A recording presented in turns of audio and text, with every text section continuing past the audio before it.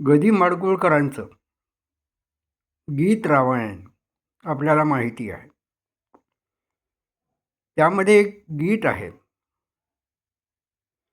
प्रभू श्री राम स्वये ऐकती लवकुश रामायण गाती. यात एका कडव्यात असंही एक चरण आहे,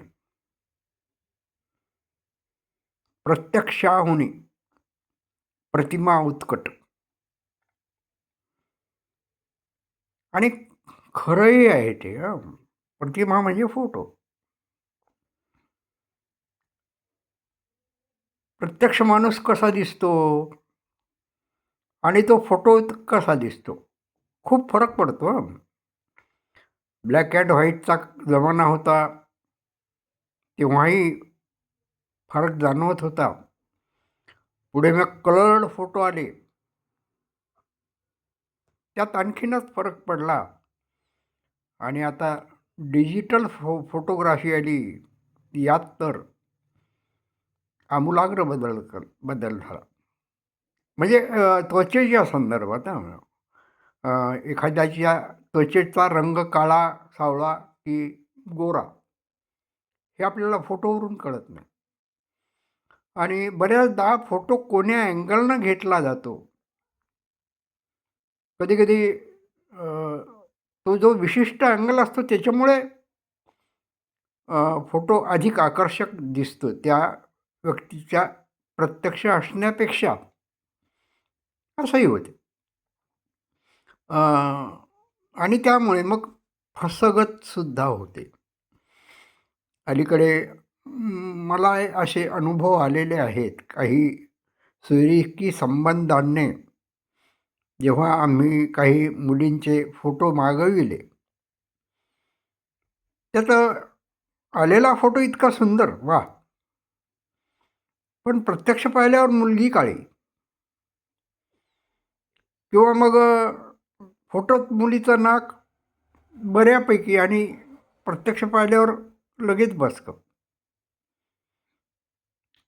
बऱ्याचदा असं चेहऱ्याच्या बाबतीतही होते की कपाळ, गाल, हनुवटी,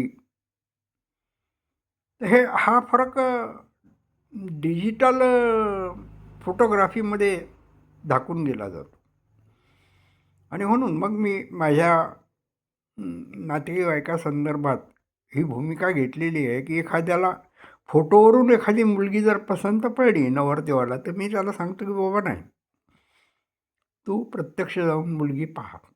त्याच्याशिवाय मुलगा आणि अर्थात मुलाच्या बाबतीतही आहेत.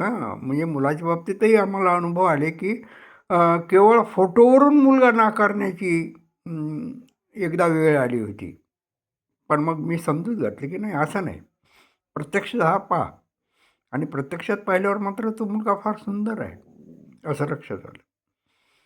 आणि ती सोरी झाली. तर असा प्रत्यक्षाहूनही प्रतिमा उत्कट असते.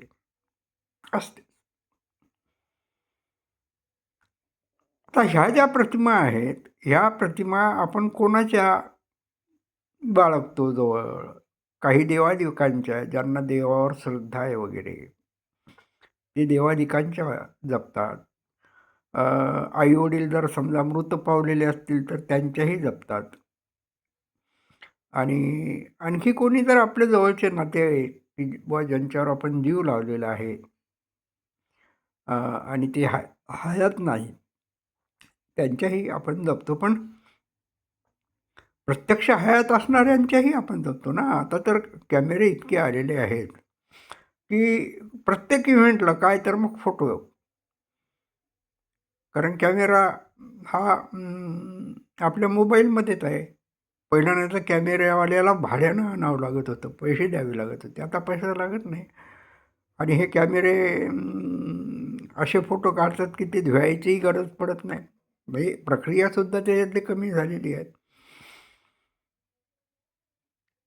माझंही असा आवडीचं एक माणूस आहे, त्याच्याही काही प्रतिमा माझ्याजवळ आहे. पण सगळ्यात प्रतिमा आवडतील असंही नाही. मलाही आवडत नाहीत. पण त्यातली अशी एक उत्कट आहे, खरोखर उत्कट आहे. हं? प्रत्यक्षात त्या माणसापेक्षा, आवडीच्या माणसापेक्षा ही प्रतिमा खरोखर उत्कट आहे. आणि ती पूर्णपणे चेहरा दाखवणारी अशी प्रतिमा आहे. मी ध्यास लागल्यासारखा ती प्रतिमा पाहत राहतो. जेव्हा जेव्हा मोबाईल उघडतो, फोटो सेक्शनमध्ये जातो आणि तेव्हा तो दिसतो मला आणि मग राहवत नाही. बरं नुसतं राहवतच नाही, तर मग इतका मोह होतो, की मग ती प्रतिमा आणि मी यातलं अंतरच झिरो होते. म्हणजे तुमच्या लक्षात आलं असेल, की काय होत असेल. झिरो अंतर होते म्हणजे काय होत असेल हां. काय काय संवेदना होत असतील? ते काय अ, अ, फोटो आहे तो, म्हणजे एक कागद आहे तो किंवा तो त्या डिजिटल पडद्यावरचाच फोटो आहे तो. तो काही प्रत्यक्ष ती व्यक्ती आपल्यासमोर नाही. पण हे असं होते. भारावून जाते मन. आणि का जाऊ नये? ती व्यक्ती त्या फोटोच्या रूपानं आपल्या सानिध्यात असणं, अगदी हृदयाशी असणं, याच्यापेक्षा आणखी काय पाहिजे? बरोबर आहे? जी.एन. तेज, तेजू, एल.के.टी.